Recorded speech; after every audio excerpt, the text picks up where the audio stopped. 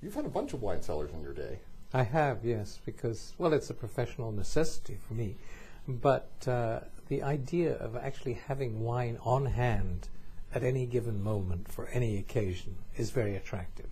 And also, there's the economic imperative that if you have a cellar, you're buying wine at a certain price, and 5 years, 10 years down the road, that wine is remarkably cheap. So how many cellars have you had? I've had, I guess, something like 6 or 7 cellars in my life. And a cellar doesn't have to be physically a cellar. No, I mean, a cellar basically, I mean, when most people think of wine cellars, they think dusty old basements with cobwebs and hundreds of bottles, or you know, a California condo with a room given over to a cellar. But a cellar is any collection of wine that you have that you are storing for given purposes later on. That could be even 12 bottles, or it could be a magnificent collector's cellar of 15,000 bottles. It really is all the way you look at it.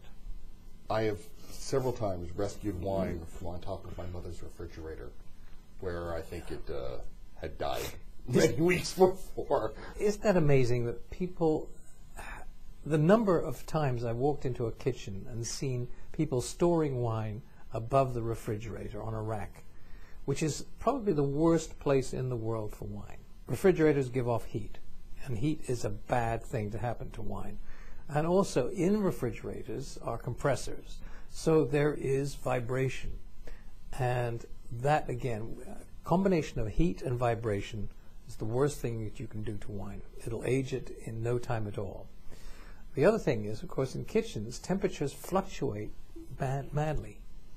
You know, if you're cooking, the temperature goes up, at night it cools down. So that up and down of the temperature will act as another aging factor in wine, because you've got, if the glass, if the wine is expanding in the bottle and then contracting with the heat, this is again a source of movement, and will eventually oxidize the wine and turn it to acetic acid. The other aspect is not only the temperature, keeping a constant temperature of ideally at 55 degrees Fahrenheit, and also free from bright light and free from smells, i.e. solvents, paints, industrial fluids. Because a lot of people will store their wine in the basement near their spin dryer, near their, you know, old paints and solvents and what have you. And again, over time, those smells will actually leach into the bottle. You've actually had very nice wine cellars, even in a condo. In fact, the condo into which I just moved from a 3-story house where I had a cellar in the basement, I had to actually build a cellar because there wasn't room in the condo itself. So I bought 10 square feet in the parking garage and had that walled off and insulated and put in temperature control, and had a cellar built in the parking lot of the garage. Is that it on the It is. cover? Yeah, it's beautiful. Yes. It's weird little oasis. Yeah, it is. And of course I've had it alarmed, and it's just a joy to go down there. The other part of your book is putting together the perfect wine cellar and managing it too. I think half the fun of having a wine cellar is discovering something you've forgotten about, a serendipitous wine cellar, where you go in, you pull out a bottle, oh my goodness, I can't remember I had that wine.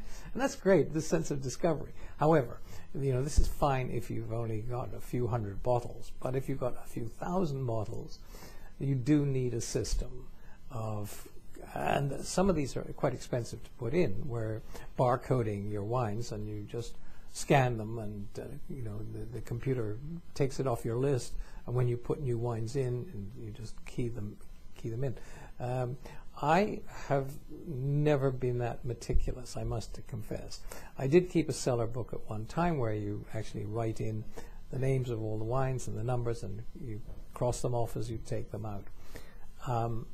But as a wine writer, I am reviewing something like, tasting and spitting out, something like 4,000 wines a year. Not all of these pass through my cellar, and they certainly don't pass through my kidneys. But I am making notes on them for writing purposes. The cellar itself is where I keep wines which I want to have in 5-10 years' time. And my children now have gotten the idea that this is a great source of wine for their parties, you see. So hence the security system, I'm guessing, yes. which the password is not shared with the children. Yes, it's a very loud alarm, actually. I think it would wake up the whole building. The book is Tony Aspler's Cellar Book, How to Design, Build, Stock, and Manage Your Wine Cellar Wherever You Live. I've been speaking with the author, obviously, Tony Aspler. And Tony Aspler's Cellar Book, published by Random House of Canada.